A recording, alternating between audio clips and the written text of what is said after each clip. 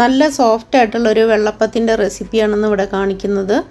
വെള്ളപ്പം, അപ്പം എന്നൊക്കെ പറയാം അതിൻ്റെ ഒരു റെസിപ്പിയാണ് കാണിക്കുന്നത്. പച്ചരി കുതിർത്ത് വെച്ചിട്ടാണ് ഇത് ഉണ്ടാക്കിയിട്ടുള്ളത്. അതേപോലെ തന്നെ അവിലും ചേർത്തിട്ടുണ്ട്. അതുകൊണ്ട് നല്ല സോഫ്റ്റായിട്ട് തന്നെ കിട്ടിയിട്ടുണ്ട്.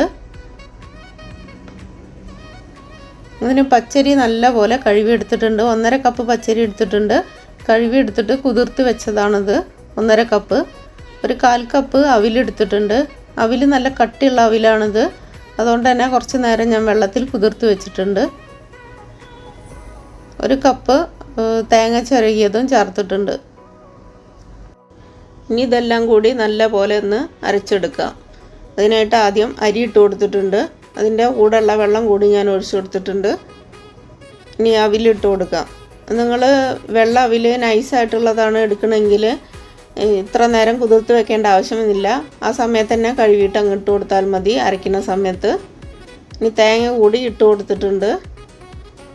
1/2 ടീസ്പൂൺ ഈസ്റ്റ് ഇട്ട് കൊടുക്കുന്നുണ്ട്. ഇതെല്ലാം കൂടി ചേർത്ത് നല്ല പോലെ ഒന്ന് അരച്ചെടുക്കാം.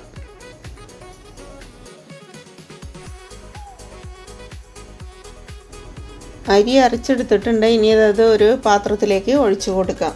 നല്ല സോഫ്റ്റായിട്ട് തന്നെ അരച്ചെടുക്കണം. തരിതരിപ്പോടെ കൂടി അരച്ചെടുത്ത് കഴിഞ്ഞാൽ അപ്പം റെഡിയായി കിട്ടില്ല. അപ്പോൾ നല്ല ഹാർഡായിരിക്കും, സോഫ്റ്റായിട്ട് വരില്ല. ഇനി ഇതിലേക്ക് വളരെ കുറച്ച് ഉപ്പിട്ട് കൊടുക്കാം. ഒരു ടീസ്പൂണ് പഞ്ചസാര ഇട്ട് കൊടുക്കുന്നുണ്ട്.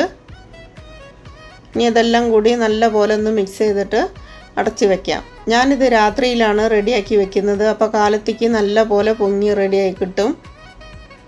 അതല്ലെങ്കിൽ ഒരു 5 മണിക്കൂറെങ്കിലും ഒന്ന് ഉണ്ടാക്കണതിൻ്റെ മുന്നായിട്ട്, ഒരു 5 മണിക്കൂറെങ്കിലും മുന്നായിട്ട് നമ്മൾ സെറ്റ് ചെയ്തിട്ട് വെക്കേണ്ടി വരും. എങ്കിലേ നല്ല പോലെ സോഫ്റ്റായിട്ട് പൊങ്ങി വരുള്ളൂ. അപ്പോൾ കാലത്തേക്കെല്ലാം റെഡിയായി വന്നിട്ടുണ്ട്.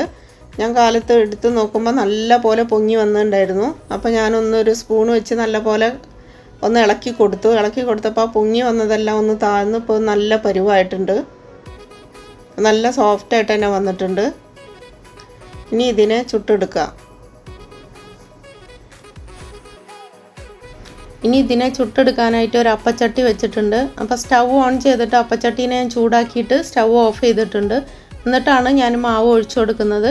ഇനി ഇത് നല്ലപോലെ ഒന്ന് ചുറ്റിച്ചെടുത്തിട്ട് വെച്ചതിൻ്റെ ശേഷം സ്റ്റൗ ഇതേപോലെ ഓൺ ചെയ്ത് ഒരു മീഡിയത്തിൽ വെച്ച് കൊടുക്കും. എന്നിട്ട് അടച്ചു വെച്ചിട്ട് വേവിക്കും.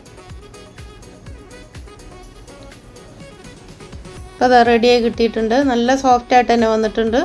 നിങ്ങൾക്കിത് അരുവെല്ലാം ഒന്ന് മൊരിഞ്ഞ് കിട്ടണം എന്നുണ്ടെങ്കിൽ കുറച്ച് നേരം കൂടി ഒന്ന് വെച്ച് കഴിഞ്ഞാൽ ഇതിൻ്റെ അരുവെല്ലാം ഒന്ന് ക്രിസ്പി ആയിട്ട് വരും. ഞാനിവിടെ നല്ല സോഫ്റ്റാക്കിയിട്ട് തന്നെയാണ് ചെയ്തെടുക്കുന്നത്. അടുത്തതും ഞാൻ ചെയ്തെടുത്തിട്ടുണ്ട്. അടുത്തത് റെഡിയായി വന്നിട്ടുണ്ട്. അപ്പോൾ സ്റ്റൗ എപ്പോഴും ശ്രദ്ധിക്കേണ്ടതെന്ന് പറഞ്ഞാൽ സ്റ്റൗ ഓൺ ചെയ്തിട്ട് അപ്പച്ചട്ടി ചൂടാക്കിയതിൻ്റെ ശേഷം ഒഴിച്ചു കൊടുത്താൽ മതി. അപ്പോൾ എല്ലാം റെഡിയായി കിട്ടിയിട്ടുണ്ട്. നല്ല സോഫ്റ്റായിട്ട് തന്നെ വന്നിട്ടുണ്ട്. അവിൽ ചേർത്തത് കൊണ്ട് തന്നെ നല്ല സോഫ്റ്റായിട്ടുണ്ട്. അപ്പോൾ ഈസ്റ്റ് വളരെ കുറച്ച് നമ്മൾ ഇട്ടാൽ മതിയാകും. ചുരുങ്ങിയത് ഒരു 5 മണിക്കൂറെങ്കിലും ഒന്ന് റെസ്റ്റ് ചെയ്യാനായിട്ട് വെക്കണം. എങ്കിൽ നല്ല സോഫ്റ്റായിട്ട് വരുള്ളൂ. എല്ലാവരും മസ്റ്റ് ട്രൈ ചെയ്ത് നോക്കണം.